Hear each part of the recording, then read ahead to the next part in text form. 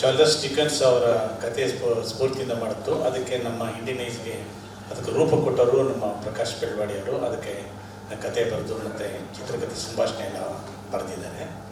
ಇದು ಇವತ್ತು ಏನು ಹಾಡನ್ನು ಟೀಸರ್ ರಿಲೀಸ್ ಮಾಡ್ತಾ ಇದ್ದೀವಿ, ಹಾಡನ್ನು ಬರೆದವರು ನಾಡೋಜ ಡಾಕ್ಟರ್ ಪ್ರೊಫೆಸರ್ ಬರಗೂರು ರಾಮಚಂದ್ರಪ್ಪ ಅವರು ಬರೆದಿರೋದು. ಇದಕ್ಕೆ ಓಸು ಬಚ್ಚನ್ ಅವರು ಮ್ಯೂಸಿಕ್ ಮಾಡಿದ್ದಾರೆ. ಮತ್ತು ಇದನ್ನು ಹಾಡಿರುವಂಥವರು ಪಲ್ಲವಿ ಮತ್ತು ವಿಜಯ್ ಪ್ರಕಾಶ್ ಅವರು ಹಾಡಿರೋದು. ಮೈಸೂರಿನಲ್ಲಿ ಆಗ್ತಾ ಇರೋದು. ಯಾಕಂದರೆ ಮೈಸೂರಿನ ಅರಮನೆಯ ಪೂರಕವಾಗಿ ಗುರುತಂಥ ಸಾಹಿತ್ಯ ಮತ್ತು ಅದರ ಪೂರಕವಾಗಿ ನಮ್ಮ ಚಿತ್ರದಲ್ಲಿ ಸನ್ನಿವೇಶ ಭಾಳ ಪಾರ್ಟ್ ಆಫ್ ದಿ ಫಿಲಮ್ ಆಗಿರೋದ್ರಿಂದ ಇದು ಮೈಸೂರಿನಲ್ಲಿ ಆಗ್ತಾ ಇರೋದು. ನಮಗಂತೂ ಪ್ರಕಾಶ್ ಸರ್ಗಾಗಲಿ ಇರ್ಬೋದು, ಪ್ರೊಡ್ಯೂಸರ್ಗಾಗಿರ್ಬೋದು, ನಮಗಂತೂ ಭಾಳ ಹೆಮ್ಮೆ ಸಂಗತಿ ಇಲ್ಲ ಆಗ್ತಾ ಇರೋದು. ಇದಕ್ಕೆ ಬರಗೂರು ಸರ್ ಅವರು ಬೇರೆ ಬೇರೆ ಕಾರಣಕ್ಕೆ ನಾವು ಮತ್ತೆ ಇದು ಮಾಡೋಕ್ಕಾಗಲ್ಲ, ಭಾಳ ಒಂದು ಇದು ಅವರ ಟೈಮ್ ಸಿಕ್ಕದ್ರಿಂದ ನಾವು ಲಾಂಚ್ ಮಾಡೋಕ್ಕಿಂತ ಪ್ಲ್ಯಾನ್ ಮಾಡಿಕೊಂಡು ಕರಿಬೇಕಾಯಿತು, ಕರೆಯೋಕ್ಕಾಗಲಿಲ್ಲ. ಸೊ ಅವರ ಪ್ರೀತಿ ವಿಶ್ವಾಸ ನಮ್ಮ ಮೇಲಿದೆ. ಸೊ ಇದನ್ನು ಬರೆದವರು ಡಾಕ್ಟರ್ ಬರಗೂರು ರಾಮಚಂದ್ರಪ್ಪ ಅವರು ರಚನೆಯನ್ನು ಮಾಡಿರೋದು. ಮತ್ತು ಈ ನಮ್ಮ ಸಿಗ್ನಲ್ ಮ್ಯಾನ್ 1971 ಈಗಾಗಲೇ ಭಾಳಷ್ಟು ಇಂಡಿಯನ್ ಮತ್ತು ಫಾರಿನ್ ಕಂಟ್ರಿ ಫೆಸ್ಟಿವಲ್ನಲ್ಲಿ ಭಾಗವಹಿಸಿದೆ. ಬಾಂಗ್ಲಾದೇಶ್ ಇಂಟರ್ನ್ಯಾಷನಲ್ ಫೆಸ್ಟಿವಲ್ಲಿ ಬೆಸ್ಟ್ ಫೀಚರ್ ಫಿಲಮ್ ಅವಾರ್ಡ್ ಬಂತು. ಬೆಂಗಳೂರು ಇಂಟರ್ನ್ಯಾಷನಲ್ ಫಿಲಮ್ ಫೆಸ್ಟಿವಲ್ಲಿ ಇದು ಏಷ್ಯನ್ ಕ್ಯಾಟಗರಿಯಲ್ಲಿ ಆಯ್ಕೆ ಆಗಿದೆ.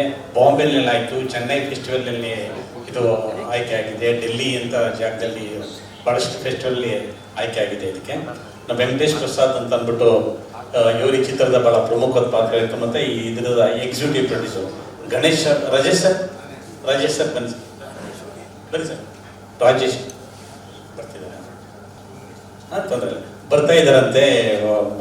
2 ಮಿನಿಟ್ಸಲ್ಲಿ ರೀಚ್ ಆಗ್ತಾರಂತೆ. ಮತ್ತು ಇದು ಟ್ರೀಸರ್ ಆದಮೇಲೆ ಪ್ರಕಾಶ್ ಸರ್ ಹೇಳಿ 1 ನಿಮಿಷ ಮಾತಾಡ್ತಾರೆ ನೋಡಿ. ಈ ಸಂದರ್ಭದಲ್ಲಿ ನಾನು ನಿಮಗೆ ಆ ಹಾಡನ್ನು ನೋಡಿದಾಗ ಅದರ ಬ್ಯಾಕ್ಗ್ರೌಂಡ್ ಏನು ಹೇಳ್ತೀನಿ. 1918ರಲ್ಲಿ ಯುನೈಟೆಡ್ ಕಿಂಗ್ಡಮ್ ಅಂದರೆ ಆಗ ಬ್ರಿಟನ್ ಭಾಳ ಕೆಟ್ಟ ಸ್ಥಿತಿಯಲ್ಲಿತ್ತು. ಮೊದಲನೇ ಮಹಾಯುದ್ಧ, ತುಂಬ ಸೋತಿದ್ರು. ಆಗ ಭಾಳ ಕ್ರೂರವಾದ ಯುದ್ಧ ಅದು. ಇಷ್ಟು ದೊಡ್ಡ ಚೆನ್ನಾಗಿರೋ ವೆಪನ್ಸ್ ಆಮೇಲೆ ಬಂದಿದ್ದ ಅವಾಗ ಇರಲಿಲ್ಲ. ಒಬ್ಬರನ್ನೊಬ್ಬರು ಎದುರುಗಡೆ ಇತ್ತು ಬಂದು ನೋಡಿ. ಆ ಕಾಲದಲ್ಲಿ 1 ಕೋಟಿಗಿಂತ ಜಾಸ್ತಿ 12 million deaths happened in that first world war. ಅಂಥ ಸಮಯದಲ್ಲಿ ಅವ್ರು ಬರ್ಬಾದ್ ಆಗ್ಬಿಟ್ಟಾರೆ, ಹತ್ರ ದುಡ್ಡಿರಲಿಲ್ಲ. ಆಗ ಇಲ್ಲ ಭಾರತದ ಈ ಪ್ರಾಂತ್ಯಗಳೇನಿತ್ತು ಅಂದರೆ ಪ್ರಿನ್ಸ್ಲಿ ಸ್ಟೇಟ್ಸ್ ಅಂತ ಅವಾಗ ಕರಿತಿದ್ವಲ್ಲ, ಆ ಪ್ರಾಂತ್ಯಗಳಿಂದ ಅವ್ರು ಸಹಾಯ ಬೇಡಿದ್ರು ಬ್ರಿಟನ್. ಆಗ ಜೋಧ್ಪುರ್ ಲ್ಯಾನ್ಸರ್ಸು, ಹೈದರಾಬಾದಿನ ನಿಜಾಮಿನ ಒಂದು ತುಕಡಿ, ಮತ್ತು ವಿಶೇಷವಾಗಿ ನಾಲ್ವಡಿ ಕೃಷ್ಣರಾಜ ಒಡೆಯರ್ ಇದ್ದ ಕಾಲದಲ್ಲಿ ನಮ್ಮ ಮೈಸೂರು ಲ್ಯಾನ್ಸರ್ಸ್ ಅವ್ರನ್ನ ಕಳಿಸಿದ್ರು. ಹಣವನ್ನು ಕೊಟ್ಟು 50 ಲಕ್ಷ ಹಣವನ್ನು ಕೊಟ್ಟು ಬ್ರಿಟನ್ಗೆ ಇಲ್ಲಿಂದ ಒಂದು ಮೈಸೂರು ಲ್ಯಾನ್ಸರ್ಸ್ ಹೋದ್ರು. ಅದೊಂದು ದೊಡ್ಡ ಯುದ್ಧ. ಅದು ಹೈಫಾ ಅನ್ನೋ ಒಂದು ಬಂದರನ್ನು ಬಿಡುಗಡೆ ಆಯಿತು, ಪೋರ್ಟ್ ಸಿಟಿ ಅದು ಇಸ್ರೇಲಲ್ಲಿ. ಆ್ಯಕ್ಚುಲಿ ಅದರ 100ನೇ ವರ್ಷ ಈಗ 2018ರಲ್ಲಿ ಆದಾಗ ಇಸ್ರೇಲಿಂದ ಅವರ ಪ್ರತಿನಿಧಿಗಳು ಬಂದು ಕಣ್ಣೀರಿಟ್ಟು ಡೆಲ್ಲಿಲಿ ಹೇಳಿದ್ರು, ಭಾರತ ಇದು ನಮಗೆ ಮಾಡದೆ ಹೋಗಿದ್ದಿದ್ರೆ ನಮಗೆ ಇಸ್ರೇಲನ್ನು ರಚಿಸಲಿಕ್ಕೆಲ್ಲ ಆಗ್ತಾ ಇರಲಿಲ್ಲ ಅಂತೆಲ್ಲ ಅಂದ್ಕೊಂಡು ಹೇಳಿದ್ರು. ತುಂಬ ಜನ ಯೋಧರು ಸತ್ರು. ವಿಶೇಷ ಏನ ಯುದ್ಧದಲ್ಲಿ ಅಂದರೆ ಆಗಿನ ತುರ್ಕಿ ಮತ್ತು ಜರ್ಮನ್ ಆರ್ಮಿ ಏನಿತ್ತು ಅವ್ರಿಗೆ ಹೈಟ್ಸಲ್ಲಿ ಸ್ಥಳ ಸಿಕ್ಕಿತ್ತು. ಅವ್ರಿಗೆ ಹೈಫಾ ನಗರದ ಮೇಲೆ ಬೆಟ್ಟ ಗುಡ್ಡ ಪ್ರದೇಶದಲ್ಲಿ ಅವ್ರಿಗೆ ಜಾಗ ಸಿಕ್ಕಿತ್ತು. ಅದು ಅಡ್ವಾಂಟೇಜ್ ಇರುತ್ತೆ ಆರ್ಮಿಯಲ್ಲಿ. ಅಲ್ಲಿ ಅವರು ಗನ್ನು ಕ್ಯಾನನ್ನು ಎಲ್ಲ ಮೌಂಟ್ ಮಾಡ್ಕೊಂಡಿದ್ರು. ಅವರು ಆರ್ಟಿಲರಿ ಇತ್ತು ಅವ್ರಿಗೆ, ಅಂದರೆ ಗನ್ ಶೂಟ್ ಮಾಡೋಕ್ಕೆ, ಶೆಲ್ಸ್ನ ಫೈರ್ ಮಾಡೋದಕ್ಕೆ ಅವ್ರಿಗೆ ಪವರ್ ಇತ್ತು. ಆದರೆ ನಮ್ಮವ್ರ ಹತ್ರ ಕುದುರೆ ಮೇಲೆ ಅವರು ಬರ್ಜಿಗಳನ್ನು ಕತ್ತಿ ಇಟ್ಕೊಂಡು ಮಾತ್ರ ಯುದ್ಧ ಮಾಡಿದ್ದು. 1812 ಜರ್ಮನ್ ಮತ್ತು ತುರ್ಕಿ ಯೋಧರನ್ನ, ಅವರ ಆಫೀಸರ್ಸ್ನ ಅವರ ಸೆರೆ ಹಿಡಿದು ಒಂದೇ ದಿನದಲ್ಲಿ ಯುದ್ಧ ಗೆದ್ದು ಅವರು ಹೈಫಾ ಪೋರ್ಟನ್ನೇ ಬಿಡುಗಡೆ ಮಾಡಿದ್ರು. ಅಲ್ಲಿ ಒಂದು 600 ಜನ ಸತ್ತಿದ್ದಾರೆ ಭಾರತೀಯ ಯೋಧರಲ್ಲಿ, ನಮ್ಮ ಮೈಸೂರು ಲ್ಯಾನ್ಸರ್ಸು, ಜೋಧ್ಪುರ್ ಅವರು ಎಲ್ಲ ಸೇರಿ.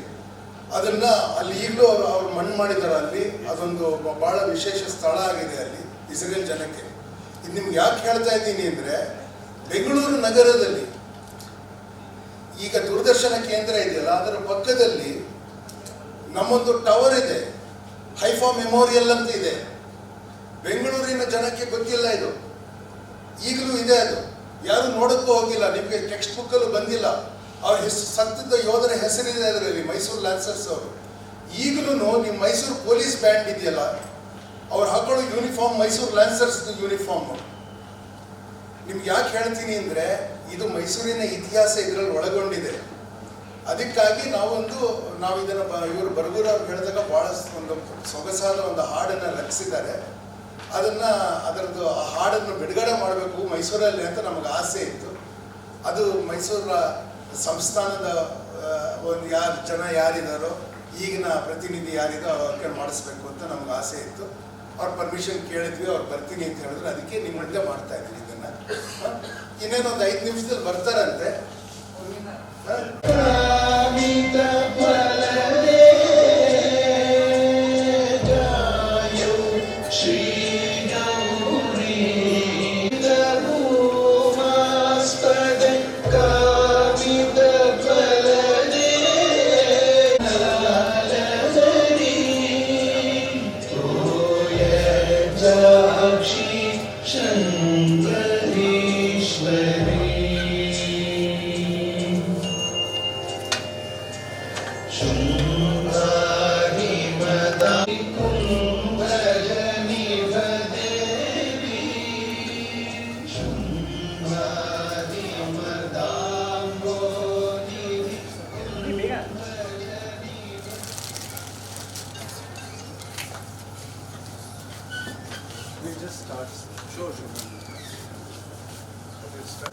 ಈ ಕ್ರಮದಲ್ಲಿ ಇದನ್ನು ಮಾಡೋದೀಗ ಮೊದಲಿಗೆ ನಾವೊಂದು ಫೋಟೋ ಆಪರ್ಚುನಿಟಿ ಥರ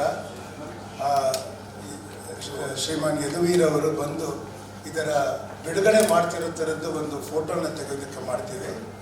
ಅದಾದ ಮೇಲೆ ನಾವು ಈ ಬೆಳಕನ್ನು ನಂದಿಸಿ ನಾವು ಪರದೆ ಮೇಲೆ ನಮ್ಮ ಟೀಸರು ಮತ್ತು ಈ ಮೈಸೂರು ಲ್ಯಾನ್ಸರ್ಸ್ ಹೈಫಾ ಬಿಡುಗಡೆ ಮಾಡಿದ ಒಂದು ವೀರಗಾಥೆಯ ಒಂದು ಹಾಡನ್ನು ಏನು ಬರಗೂರು ರಾಮಚಂದ್ರಪ್ಪ ಅವರು ಮಾಡಿದ್ದಾರೆ, ಆ ಹಾಡನ್ನು ತೋರಿಸ್ತೀವಿ.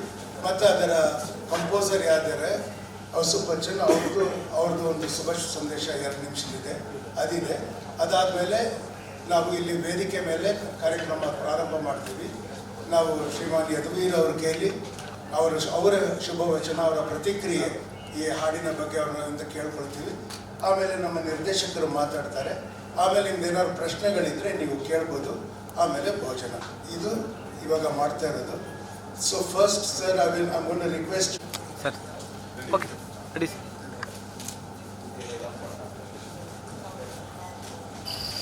ನನಗಿನ್ನೂ ಸ್ಪಷ್ಟವಾಗಿ ನೆನಪಿದೆ. ನಾನು ಮೈಸೂರು ಲ್ಯಾನ್ಸರ್ಸ್ ಸೇವೆಗೆ ಸೇರಿದ್ದು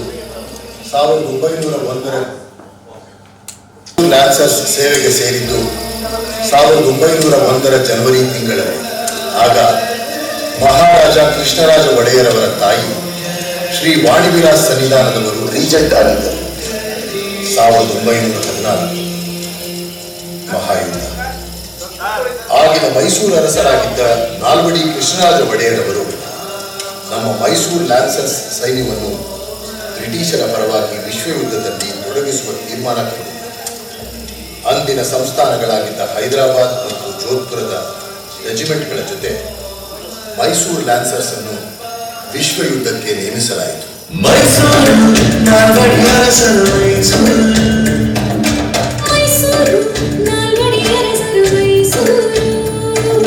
ಜನರ ಒಳಿತಿಗೆ ಮಮತೆ ನೀಡಿದ ಅಂತರಾಳಿಸಲು ಸಮತೆ ಸಾರಿದ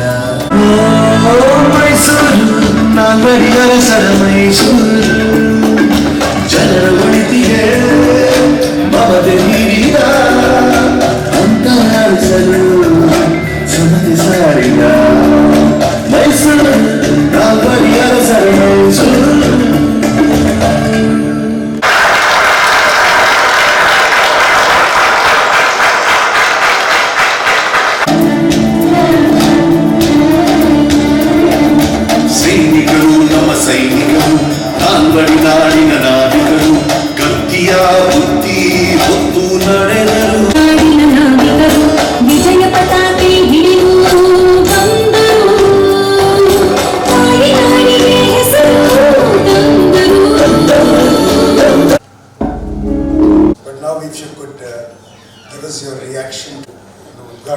ಉದ್ಘಾಟಕ ಭಾಷಣದ ಥರ. ಆದರೆ ಈ ಕತೆಗೆ ಒಂದು ಅವರ ಪ್ರತಿಕ್ರಿಯೆಯನ್ನು ಕೊಡಬೇಕು ಅಂತ. I know that it may have just stirred some interest and curiosity with you, for which I think we're going to try your patience. ವೇದಿಕೆಯಲ್ಲಿ ಉಪಸ್ಥಿತರಿರುವ ಎಲ್ಲ ಗಣ್ಯರಿಗೂ ಮತ್ತು ನಮ್ಮ ಮಾಧ್ಯಮದ ಎಲ್ಲ ಮಿತ್ರರಿಗೆ, ಉಪಸ್ಥಿತರಿರುವ ಎಲ್ಲ ಮಹನೀಯರೇ, ಮಹಿಳೆಯರೇ, ಮಕ್ಕಳೇ, ನಮ್ಮ ಪೊಲೀಸ್ ಇಲಾಖೆಯ ಸಿಬ್ಬಂದಿಗಳೇ, ಎಲ್ಲರಿಗೂ ನಮ್ಮ ಹೃತ್ಪೂರ್ವಕವಾದ ನಮಸ್ಕಾರಗಳು.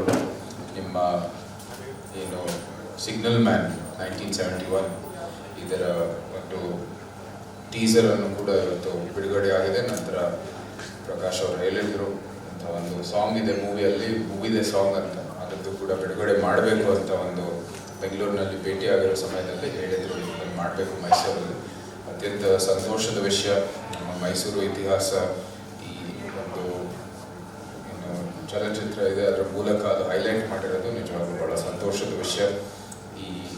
ಅದಕ್ಕಿಂತ ಹೆಚ್ಚಾಗಿ ನಮಗೆ ಸಂತೋಷ ಪಡಬೇಕಾಗಿರೋದು ನಮ್ಮ ಹೈಫೈ ಯುದ್ಧದ ಒಂದು ಹೈಲೈಟ್ ಆಗಿರುವಂಥದ್ದು.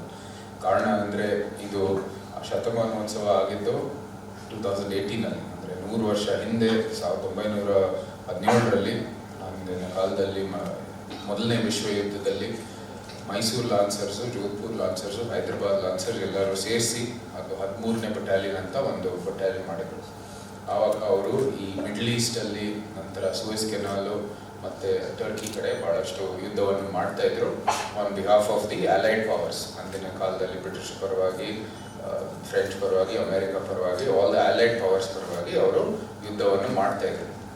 ಆ ಸಮಯದಲ್ಲಿ ಒಂದು ಬಹಳ ಕಷ್ಟವಾದ ಒಂದು ಯುದ್ಧ ಅಂತ ಹೇಳಕ್ಕೆ ಹೋದರೆ ಇದು ನಮ್ಮ ಹೈಫೈ ಯುದ್ಧ. ಕಾರಣ ಅಂದರೆ ಟರ್ಕಿಶ್ ಕಡೆಯಲ್ಲಿ ಅವ್ರಿಗೆ ಕ್ಯಾನನ್ ಫೈರ್ ಇತ್ತು, ಮಿಲಿಟ್ರಿ ಇದು ಏನು ನಮ್ಮ ಮಿಷಿನ್ ಗನ್ಸ್ ಇತ್ತು, ಹಲವಾರು ಅವ್ರಿಗೆ ಅಡ್ವಾಂಟೇಜ್ ಇದ್ದಿದ್ದರೂ ಸಹ ಇವರು ನಮ್ಮ ಮೈಸೂರು ಲಾನ್ಸರ್ಸು, ಜೋಧ್ಪುರ್ ಲಾನ್ಸರ್ಸು ಬರೀ ಈ ಲಾನ್ಸ್ ಇಟ್ಕೊಂಡು ಕುದುರೆ ಮೇಲೆ, it's actually the last great ಕ್ಯಾವಲ್ರಿ charge in war. ಅಂದರೆ ಕುದುರೆ ಉಪಯೋಗಿಸಿರುವಂಥದ್ದು ಯುದ್ಧದಲ್ಲಿ ಅದು ಕೊನೆಯ ಒಂದು ಕ್ಷಣ ಅಂತ ಹೇಳ್ಬೋದು ಈ ಹೈಫೈ ಯುದ್ಧ. ಅದು ಅಗೇನ್ಸ್ಟ್ ಇನ್ಸರ್ಮೌಂಟಬಲ್ ಆಡ್ಸ್, ಭಾಳ ಕಷ್ಟದ ಒಂದು ಪರಿಸ್ಥಿತಿಯಲ್ಲಿ ಆ ಹೈಫಾವನ್ನು ಸ್ವಾತಂತ್ರ್ಯಗೊಳಿಸಿ ಅಲ್ಲಿ ನಮ್ಮ ಬಹಾಯಿ ಏನು ಸಮುದಾಯ ಇದೆ ಮತ್ತು ಅಲ್ಲಿರೋ ಎಲ್ಲ ಸ್ಥಳೀಯರನ್ನು ಕೂಡ ಅವರಿಗೆ ಒಂದು ಸ್ವಾತಂತ್ರ್ಯವನ್ನು ಕೊಟ್ಟು ನಂತರ ಅದು ಬರೋ ಒಂದು ದಶಕಗಳಲ್ಲಿ ಅದು ಇಸ್ರೇಲ್ ಅಂತ ಒಂದು ದೇಶನೂ ಕೂಡ ಆಗುತ್ತೆ. ಸೊ ಇದು ಜಿಯೋ ಪಾಲಿಟಿಕ್ಸ್ ಒಂದು ದೃಶ್ಯದಲ್ಲಿ ಮತ್ತು ಅಂದಿನ ಕಾಲದಲ್ಲಿ ಮೈಸೂರು ಇಂದಿನ ಯೋಧರ ಒಂದು ಕೊಡುಗೆ ಬರೀ ಭಾರತಕ್ಕಲ್ಲ ಇಡೀ ವಿಶ್ವಕ್ಕೆ ಏನು ನಮಗೆ ಇವತ್ತು ನಾವು ಆನಂದಿಸುವಂಥದ್ದು ಎಲ್ಲ ಒಂದು ಸ್ವಾತಂತ್ರ್ಯ ಇರ್ಬೋದು, ಈ ಪ್ರಜಾಪ್ರಭುತ್ವ ಇರ್ಬೋದು, ಅನೇಕ ಏನು ಗುಣಗಳಿದೆ ನಮ್ಮಲ್ಲಿ, ಅದೆಲ್ಲನೂ ಕೂಡ ನಾವು ಇವತ್ತು ಆನಂದ ಮಾಡೋದು ಅಂದಿನ ಕಾಲದಲ್ಲಿ ಅಂದಿನ ಯೋಧರ ತ್ಯಾಗವೊಂದಿಗೆ. ಸೊ ಅದು ನಿಜವಾಗ್ಲೂ ಈ ಫಿಲ್ಮ್ ಮೂಲಕ ಅದು ಹೈಲೈಟ್ ಆಗಿರೋದು ಭಾಳ ಸಂತೋಷದ ವಿಷಯ. ಇಂಥ ಮೂಲಕ ಜನರಿಗೆ ಇದ್ರ ಬಗ್ಗೆ ಇತಿಹಾಸ ಇರ್ಬೋದು, ತಿಳುವಳಿಕೆಯನ್ನು ಹೆಚ್ಚಿಸುವಂಥದ್ದು ಕೆಲಸನೂ ಕೂಡ ಆಗುತ್ತೆ. ಇದು ನಿಜವಾಗ್ಲೂ ನಾವೆಲ್ಲರೂ ಸಂತೋಷ ಪಡಬೇಕಾಗಿರುವಂಥದ್ದು.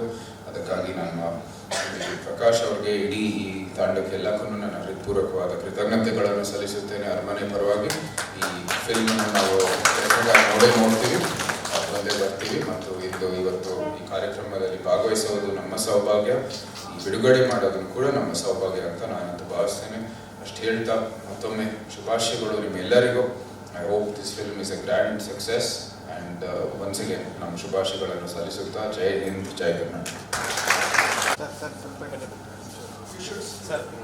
Sir, if you stand here on the stage on this, a bit better. That's it. You can stand here.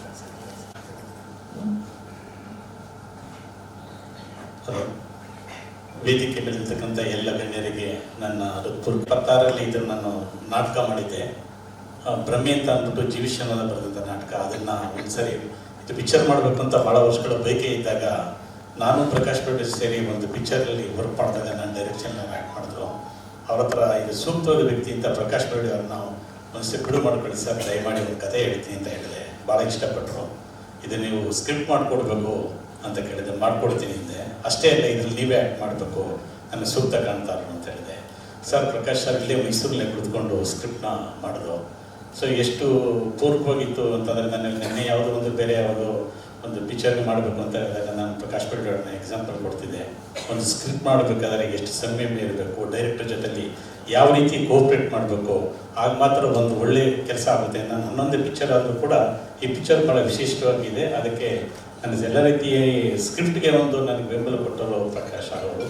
ನಾವು ಇದನ್ನು 71 ಘಟಕಕ್ಕೆ ಹೋಗ್ಬಿಟ್ಟು ಮಾಡಬೇಕು ಅಂತ ಲೊಕೇಶನ್ ಹುಡುಕ್ತಾ ಊಟಿ ಇಂಥ ಜಾಗದಲ್ಲಿ ಈ ಟನಲ್ನ ಹುಡುಕಿ ನಾವು ಕೆಲಸ ಮಾಡಿದ್ದೀವಿ. ಅವರು ಮಾಡ್ತಿರ್ಬೇಕಾದ್ರೆ ಪ್ರಕಾಶ್ ಅವರು ಹೇಳ್ತಿದ್ದಂಗೆ ಐಫದು ಅನ್ಎಕ್ಸ್ಪೆಕ್ಟೆಡ್. ನಾವು ಅವನು ಕೊಲಾಪ್ಸ್ ಆಗಿ ಕುಳಿತಿರ್ತಾನೆ, ತಂದೆ ಫೋಟೋ ನೋಡ್ತಾ ಇದ್ದೇನೆ ಅಂತಂದರು. ತಕ್ಷಣ ಅವ್ರು ಹೇಳಿದ್ರು ಐಫದ್ ಒಂದು ಇನ್ಸಿಡೆಂಟ್ ನಾನು ಕೇಳೇ ಇರಲಿಲ್ಲ, ನನಗೆ ಗೊತ್ತೇ ಇರಲಿಲ್ಲ. ಅದು ಐಫದ್ ಇನ್ಸಿಡೆಂಟ್ ಇದ್ದಾರೆ, ಅವ್ರ ತಂದೆ ಮೈಸೂರು ಲ್ಯಾನ್ಸರ್ ಇದ್ದರು, ಅವ್ರು ಉಪಯೋಗಿಸ್ಕೊಂಡ ಅಂತಂದರು.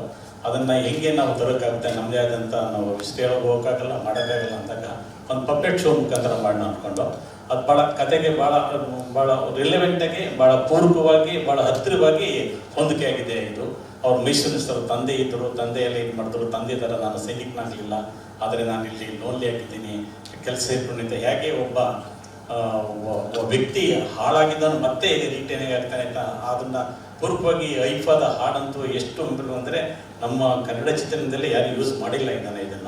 ಇದೊಂದು ವಿಶೇಷವಾದ ಸಬ್ಜೆಕ್ಟು, 100 ವರ್ಷ ತುಂಬಿದೆ. ಅದನ್ನು ಹೇಳಿದವರು ತಂದವರು ಅದನ್ನು ಸಿನಿಮಾಕ್ಕೆ ಕರೆಕ್ಟಾಗಿ ಕುಣಿಸರು ಪ್ರಕಾಶ್ ಗೌಡರು, ಅದು ಅವರಿಗೆ ಕ್ರೆಡಿಟ್ ಸೇರುತ್ತೆ. ಇದೊಂದು ಎಲ್ಲ ವರ್ಗದ ಎಲ್ಲ ಇದನ್ನು ಅಂದರೆ ಇಲ್ಲಿ ನಾವು ರೈಲ್ವೆ ಡಿಪಾರ್ಟ್ಮೆಂಟ್ನ ಹೆಚ್ಚು ಒತ್ತು ಕೊಟ್ಟಿದ್ದೀವಿ ಈ ಚಿತ್ರದಲ್ಲಿ. ಯಾಕೆ ಅಂತಂದರೆ ಆಗಿನ ದಿನಗಳಲ್ಲಿ 70 ದಶಕ ಇರ್ಬೋದು, 80 ದಶಕ ಇರ್ಬೋದು, ಗೌರ್ಮೆಂಟ್ ಯಾವುದೇ ಡಿಪಾರ್ಟ್ಮೆಂಟ್ ಇರೋದು, ರೈಲ್ವೆ ಡಿಪಾರ್ಟ್ಮೆಂಟು ಡಿಸಿಪ್ಲಿನ್ ಅನ್ನೋದು, ಡ್ಯೂಟಿ ಅನ್ನೋದು, ವೃತ್ತಿ ಧರ್ಮ ಅನ್ನೋದು ತುಂಬ ಎದ್ದು ಕಾಣ್ತಿತ್ತು. ನಾನು 71ರಲ್ಲಿ 76ರಲ್ಲಿ ಸೆಂಟ್ರಲ್ ಗೌರ್ಮೆಂಟ್ ಕೆಲಸ ಮಾಡ್ತಿದ್ದೆ. ಆ ಕಾರಣಕ್ಕೆ ಹೇಳ್ತೇನೆ, 10 ವರ್ಷ ಟ್ರೈನ್ ಟ್ರಾವೆಲ್ ಮಾಡ್ತಿದ್ದೆ. ಆ ಟೈಮು, ಆ ಡಿಸಿಪ್ಲಿನು, ಆ ಸಂದರ್ಭ, ಊಟ ನಿದ್ದೆಯನ್ನು ಬಿಡದೆ ಶ್ರದ್ಧೆ ಸಾವಿರಾರು ಜನ ಟ್ರಾವೆಲ್ ಮಾಡ್ತಾರೆ. ಹೇಗೆ ಶ್ರದ್ಧೆಯಿಂದ ಇರಬೇಕು ಅಂತ ಅನ್ನೋದು ಕಣ್ಣಾರೆ ನೋಡಿದಂಥ ನಾನು ಆ ದಿನಗಳು ಇವಾಗ ಇಲ್ಲ ಬಿಡಿ, ಅದು ಬೇರೆ ವಿಚಾರ. ಆದರೆ ಅದನ್ನೇ ತರಬೇಕು ಅಂತ ತೆಗೆದಾಗ ಈ ಸಬ್ಜೆಕ್ಟ್ ಭಾಳ ಸೂಕ್ತವಾಗಿ ಒಂದು ವರ್ಕ್ ಮಾಡಿದ್ವಿ. ಇದಕ್ಕೆ ಈ ಕಥೆನ ನಾವು ಒಂದು ಸಾರಿ ಹೋಗ್ಬಿಟ್ಟು ಗೆಳೆಯ ನನ್ನ ವೆಂಕಟೇಶ್ ಪ್ರಸಾದ್ ನನ್ನ ಹಿಂದೆ ಆಟೋ ಫಿಲಮ್ಗೆ ಒನ್ ಆಫ್ ದಿ ಪ್ರೊಡ್ಯೂಸರ್ ಆಗಿದ್ದರು. ಅದರೊಂದು ಕತೆ ಇದೆ ಅಂತ ಹೇಳಿದಾಗ ಗಣೇಶ್ ಪ್ರಭು ಸರ್ನ ಪ್ರೊಡ್ಯೂಸರ್ ಹೇಳಿದಾಗ ಅವ್ರ ಕತೆ ಕೇಳಿದಾಗ ನಾವೆಲ್ಲ ಆರ್ಟ್ ಫಿಲಮ್ ಮೇಕರ್ಸು 25, 35, 40 ಲಕ್ಷದ ಮೇಲೆ ನಾವು ಬಡ್ಜೆಟ್ ಕೇಳೋಕ್ಕೆ ಪ್ರೊಡ್ಯೂಸರ್ಗೆ ಭಯ ಬೀಳ್ತಿದ್ದಂಥ ದಿನಗಳು ಚಾನ್ಸಸ್ಸೇ ಇರಲಿಲ್ಲ ಬಿಡಿ, ಭಾಳ ಕಡಿಮೆಲೆಲ್ಲ ಮಾಡುವಂಥ ಇದು. ಅವ್ರು ನಾವು ಕತೆ ಹೇಳಿದಾಗ ಸರ್ ಒಂದು 70-75 ಬರ್ಬೋದು ಅಂತ ಹೆಸಿಟೇಷನ್ ಹೇಳಿದಾಗ ಇಲ್ಲ 1 ಕೋಟಿ 3 ಕೋಟಿ ಕಡಿಮೆ ಆಗಲ್ಲ ಅಂತಂದರು. ಆ ಪದ ಕೇಳಿದಾಗಲೇ ನನಗೆ ಗಾಬರಿ ಆಯಿತು, ನಿಜವಾಗ್ಲೂ ಮುಟ್ಟ ಇದು ಕೊಡ್ತಾರ ಅಂತ ಅಂದ್ಬಿಟ್ಟು. ಅವ್ರು ಎಷ್ಟು ಪೂರ್ವಕವಾಗಿ ನಾವು ನಾವೇ ಭಯ ಬಿಡ್ತಿದ್ದೋ, ಇದು ಕೇಳ್ಬೋದಾ ಬೇಡ ಅಂತಂದು. ಇಲ್ಲ ಇದು ಬೇಕು. ಈ ಹಾಡನ್ನು ಇಲ್ಲ ಮೈಸೂರಿನಲ್ಲೇ ಲಾಂಚ್ ಮಾಡೋಣ, ಇಲ್ಲೇ ಇದು ಮಾಡೋಣ, ಟೈಮ್ ತಗೊಳ್ಳೋಣ, ಸಾಕು ಟೈಮ್ ತಗೊಂಡು ಮಾಡೋಣ ಅಂತ ಹೇಳಿದ್ರು. ಸೊ ಅದಕ್ಕೆ ಹಣನ, ಸಮಯನ ಎಲ್ಲ ರೀತಿಯ ಒದಗಿಸ್ಕೊಟ್ಟರು ಅಂತಂದರೆ ಗಣೇಶ್ ಪ್ರಭು ಅಂತ ಮಾಡ್ಕೊಂಡಿದ್ದೀವಿ.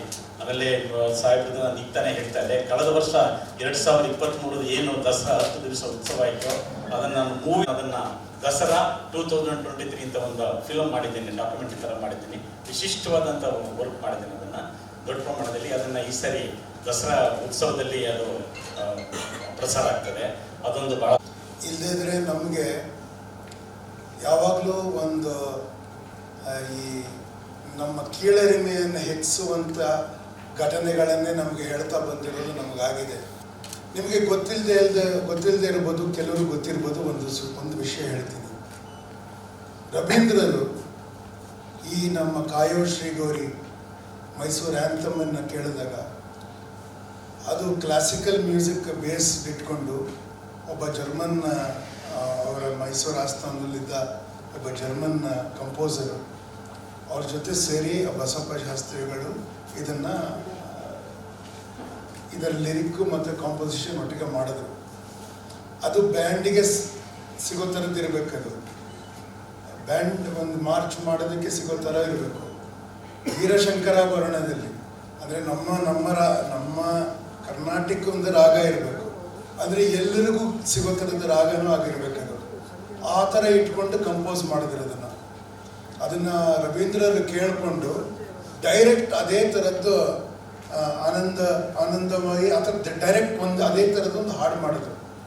ಆಮೇಲೆ ಆನಂದಲೋಕೆ ನೀವು ಗೂಗಲ್ ಮಾಡಿದ್ರೆ ಸಿಗುತ್ತಿದ್ದಲ್ಲ.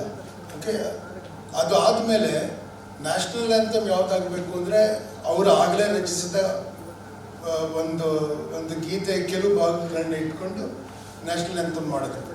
ಆವಾಗ ಒಂದು ಡಿಮ್ಯಾಂಡ್ ಇತ್ತು, ಅದು ಮಾರ್ಚ್ ಮಾಡೋದಕ್ಕೆ ಆಗಬೇಕು, ಆ ಥರದ್ದು ಇರಬೇಕು ಅಂದಾಗ ಅದೇ ವೀರಶಂಕರಾಭರಣದಲ್ಲಿ ನಿಮಗೆ ಗೊತ್ತಿದೆಯೋ ಇಲ್ಲೋ ಜನಗಣಮನ ಮಾಡಿದ್ರು ಕಂಪೋಸಿಷನ್. ನಿಮ್ಮ ಮೈಸೂರು ನಮ್ಮ ಮೈಸೂರಿಂದ ಪ್ರೇರಿತ ಆಗಿ ನಮ್ಮ ದೇಶದ ನ್ಯಾಷನಲ್ ಆಂಥಮ್ ಆಗಿರೋದು. ಅದು ನಮ್ಮ ಮಕ್ಕಳಿಗೆ ಹೇಳ್ಕೊಡಲ್ಲ ಅಂದರೆ ಏನು ಅರ್ಥ ಬರುತ್ತೆ? ಅದಕ್ಕೆ ನಾನು ಅವರದ್ದು ಯದುವೀರವರ ಜೊತೆ ನಾವು ಕೆಲಸ ಮಾಡೋದಕ್ಕೆ ನಾವು ಇಷ್ಟಪಟ್ಟಿದ್ದೀವಿ. ಹಿಂದೆ ಒಂದು ಹೆರಿಟೇಜ್ ಫೌಂಡೇಶನ್ ಅಂತ ಅವ್ರು ಮಾಡಿದಾಗ ನಾನು ಭೇಟಿಯಾಗಿದ್ದೆ. ನಾವು ಅವರೊಂದು ತುಂಬ ಆಸ್ತಿ ವಹಿಸಿ ಅವರು ಒಂದು ಹೆರಿಟೇಜ್ ಫೌಂಡೇಶನನ್ನು ಮಾಡಿ ನಮ್ಮ ಇತಿಹಾಸವನ್ನು ಮುಂದಿನ ಪೀಳಿಗೆ, ಮುಂದಿನ ತಲೆಮಾರುಗಳಿಗೆ ಸಿಗೋ ಥರದ್ದು ಆಗಬೇಕು ಅನ್ನೋದಕ್ಕೆ ಅವರು ಭಾಳ ಶ್ರಮ ಪಡ್ತಾ ಇದ್ದಾರೆ. ನಾವು ಎಲ್ಲ ರೀತಿಯಲ್ಲಿ ಅದಕ್ಕೆ ಸಹಾಯ ಮಾಡೋದಕ್ಕೆ, ಸಹಕಾರ ಕೊಡೋದಕ್ಕೆ ನಿಲ್ತೀವಿ ಅಂತ ಹೇಳೋದು ಅಷ್ಟೇ ಅಲ್ಲದೆ, ನಾನು ಮುಂದೆ ಏನೇ ಬರೆದ್ರು ಅವಕಾಶ ಸಿಕ್ಕಿದಾಗೆಲ್ಲ ನಮ್ಮ ಕರ್ನಾಟಕದ ಇತಿಹಾಸವನ್ನು ಅದರಲ್ಲಿ ಸೇರಿಸಿ ಪುಟ್ಟಣ್ಣ ಕಣಗಾಲ್ ಅವರಲ್ಲಿ ಹಿಂದೆ ಹೇಗೆ ಮಾಡ್ತಾಯಿದ್ರು ಆ ಥರ ನಾವು ಮಾಡಬೇಕು ಅಂತ ಅಂದ್ಕೊಂಡಿದ್ದೀವಿ. ಎಷ್ಟು ಟೈಮ್ ಇದೆಯೋ ಅಷ್ಟರಲ್ಲಿ ನಾವು ಮಾಡ್ತಾ ಹೋಗ್ತೀವಿ. ನಿಮ್ಮ ಪ್ರಶ್ನೆಗಳೇನಾದರೂ ಇದ್ದರೆ ಕೇಳಿ. ನಮಗೆ ಭಾಳ ಸಂತೋಷ ಆಗಿದೆ. ಇದು ನಮಗೆ ಕಂಪ್ಲೀಷನ್ ಆಯಿತು ಅಂದರೆ ನಾವು ಏನು ಇಮ್ಯಾಜಿನೇಷನಲ್ಲಿ ಮಾಡ್ಕೊಂಡಿದ್ದು ಅದು ನಮಗೆ ಇವಾಗ ಪೂರ್ತಿ ಆಯಿತು. ಇವಾಗ ನೀವು ಬಂದಿದ್ದರಿಂದ really we are very thankful to you sir.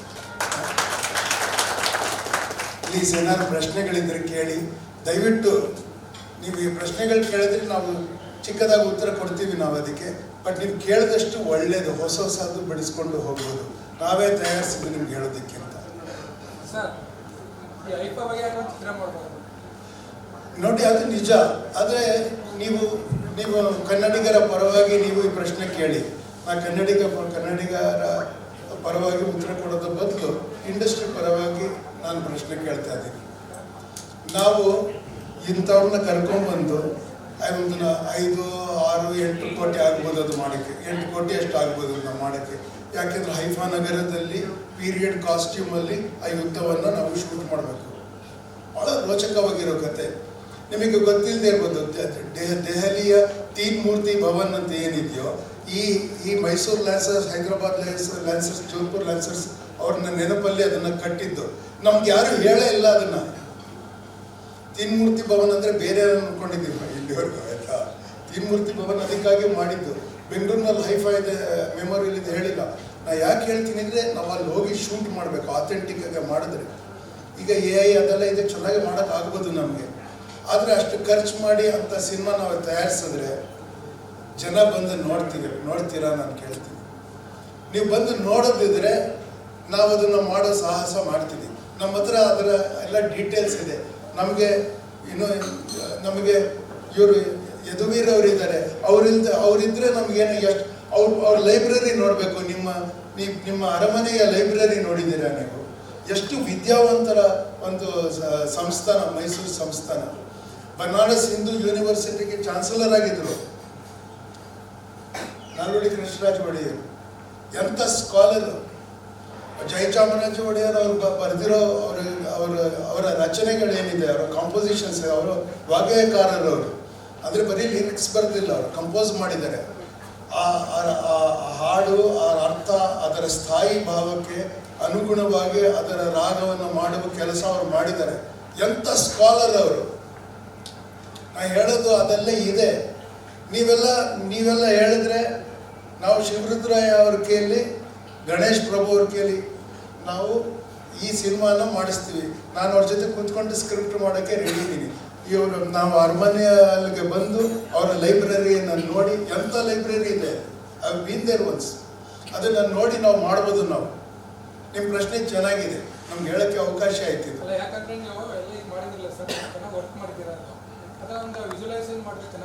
ತುಂಬ ಚೆನ್ನಾಗಿರುತ್ತೆ. ಅಂದರೆ ನೋಡಿ, ನಾನು ನಾಟಕ ರಂಗಭೂಮಿ ಯಾಕೆ ಮಾಡ್ತೀನಿ ಅಂದರೆ, ರಂಗಭೂಮಿಯಲ್ಲಿ ನಾವು 10 ಲಕ್ಷದಲ್ಲಿ ತುಂಬ ಒಳ್ಳೆ ಪ್ರೊಡಕ್ಷನ್ ಮಾಡ್ಬೋದಿದ್ರು. ನಾವೀಗ ಪರ್ವ ಮಾಡಿದ್ದೀವಿ, ಇಂಗ್ಲೀಷ್ನಲ್ಲಿ ನಾನು ಮಾಡಿದ್ದೀನಿ ಪರ್ವನ, ಹೊಸ ಪ್ರೊಡಕ್ಷನ್. ನಾವು ಬೆಂಗಳೂರಿನಲ್ಲಿ ಇಂಗ್ಲೀಷ್ದು ಪರ್ವ 8 ಶೋ ಮಾಡಿದ್ವಿ. 8 ಶೋನಲ್ಲಿ ನಾವು ಪರ್ವಾಗೆ ನಮ್ಮ ಕಲೆಕ್ಷನ್ ಈಗ 42 ಲಕ್ಷ ಆಗಿದೆ ಟಿಕೆಟಿಂದ. ಯಾರು ಸರ್ಕಾರ ದುಡ್ಡು ಕೊಟ್ಟಿಲ್ಲ ನಮಗೆ, ಯಾವ ಸ್ಪಾನ್ಸರ್ ದುಡ್ಡು ಕೊಟ್ಟಿಲ್ಲ. ಜನ ಟಿಕೆಟ್ ತೊಗೊಂಡು ಬಂದು ನೋಡ್ತಾರೆ. ರಂಗಭೂಮಿನೇ ಚೆನ್ನಾಗಿದೆ ಕನ್ನಡ ಸಿನಿಮಾಗಿಂತ ನಮಗೆ ಇವಾಗ ಆ ಥರ ಆಗಿದೆ. ನಾವು ಮಾಡ್ತೀವಿ. ಅಂದರೆ ನೀವು ಹೇಳಿದ್ದೀರಲ್ಲ, ಒಂದಿನ ಮಾಡ್ತಿದ್ದೀವಿ. ಓಕೆ, ಈಗ ಒಂದು ಬಂದು 2-3 ವರ್ಷದಲ್ಲಿ ಮಾಡ್ತೀವಿ, ಒಂದು ಸಿನಿಮಾ ಮಾಡ್ತೀವಿ. ನಾನು ಅವರು ಶಿವರುದ್ರಯ್ಯ ಅವ್ರ ಪರವಾಗಿ ಹೇಳ್ತಾ ಇದ್ದಾರೆ. ಅವ್ರು ಭಾಳ ಇಂಪ್ರೆಸ್ ಆಗಿದೆ. ಇದು ಮಿಲಿಟರಿ ಸ್ಟೋರಿ ಮಾಡ್ಬೇಕಂತ ಹೇಳ್ತಿದ್ದಾರೆ. 40 ವರ್ಷ ಅವರು ಈ ಪೋರ್ಚುಗೀಸ್ ಇವ್ರನ್ನೆಲ್ಲ ಹೊರಗಿಟ್ಟಿದ್ರು. 40 ವರ್ಷ ರಾಣಿ ಅಬ್ಬಕ್ಕ ಕೇಳಿದ್ದೀರಿ ಹಾಗೆ ಒಂದಷ್ಟು ಹೆಸರು ಓಡಾಡ್ತಾ ಇದೆ. ನಾ ಹೇಳಿದ್ ಯಾವ ಕಥೆನೂ ಗೊತ್ತಿಲ್ಲ ಅಂತಾರೆ. ಎಂಥ ವೀರಭೂಮಿ ಇದು. ನಮಗೆ ಯಾವಾಗಲೂ we should always be ashamed. ಆ ಥರದ ಇತಿಹಾಸ ಹೇಳ್ಕೊಟ್ಟಿದ್ದಾರೆ ನಮಗೆ. ಅದಕ್ಕೆ ಹೇಳ್ತಿರೋದು ನಾವು ಮಾಡಬೇಕು, ಮಾಡೋಣ. ಅಂದರೆ ನಾವು ಯಾರು ಸ್ಟಾರ್ಟ್ ಮಾಡ್ತಾರೆ ಗೊತ್ತಿಲ್ಲ, ನಾವು ಸ್ಟಾರ್ಟ್ ಮಾಡ್ತೇವೆ. ನಾವು ಮಾಡಿದ್ರೆ ಏನಾಗುತ್ತೆ ನೋಡ್ಬೇಕು. ಓಕೆ, ಈ ಚಿತ್ರ ಅದು ನೋಡೋದಕ್ಕಾಗಬೇಕು ಜನ ಅಷ್ಟೇ. ನಿಮ್ಮ ಸಹಕಾರ ಬೇಕು ಅದಕ್ಕೆ ನಮಗೆ. ಓಕೆ, ಇನ್ನೊಂದು ರಾಜೇಶ್ ನನಗೆ ಭಾಳ ಮೊದಲಿಂದಲೂ ನನಗೆ ಆತ್ಮೀಯರು. ಇದರಲ್ಲಿ ಭಾಳ ಒಂದು ಸಣ್ಣ ರೋಲ್ ಇದೆ ಸರ್, ಬಂದ್ ಮಾಡಿ ಅಂತ ಅಂತಂದ್ರೆ ಅಂದಾಗ ಭಾಳ ಯಾವುದೇ ಇಷ್ಟ ಬಂದು ರಾಜೇಶ್ ಮಾಡಿದ್ರು. ಇದಕ್ಕೆ ಪೂರ್ವಕವಾಗಿ ವರ್ಕ್ ಮಾಡಿದಂಥ ಸುಷ್ಮಾ ಇರ್ಬೋದು, ಹಾಗೂ ಎಲ್ಲ ಇಲ್ಲಿ ನೆರೆದಿರುವಂತಹ ಎಲ್ಲ ಫ್ರೆಂಡ್ಸ್ಗೆ ಹಾಗೂ ಇನ್ನೊಂದು 2 ತಿಂಗಳಲ್ಲಿ ಮಾಡೋ ಪ್ಲಾನ್ ಇದೆ. ಅದು ಫಿಕ್ಸ್ ಆಗಿದ ತಕ್ಷಣ ಮತ್ತೊಮ್ಮೆ ನಿಮ್ಮೆಲ್ಲರ ಮುಂದೆ ಬಂದು ನಾವು ರಿಲೀಸ್ ಡೇಟ್ನ ಹೇಳ್ತೀವಿ.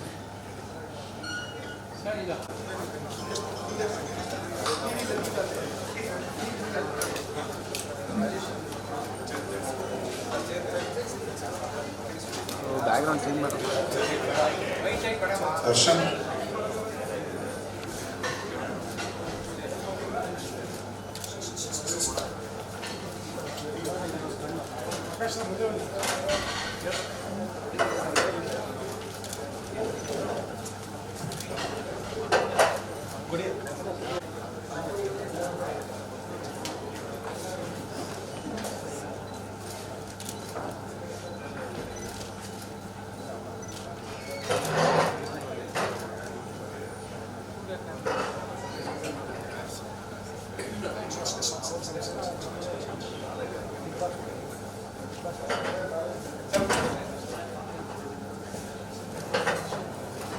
One second, sir.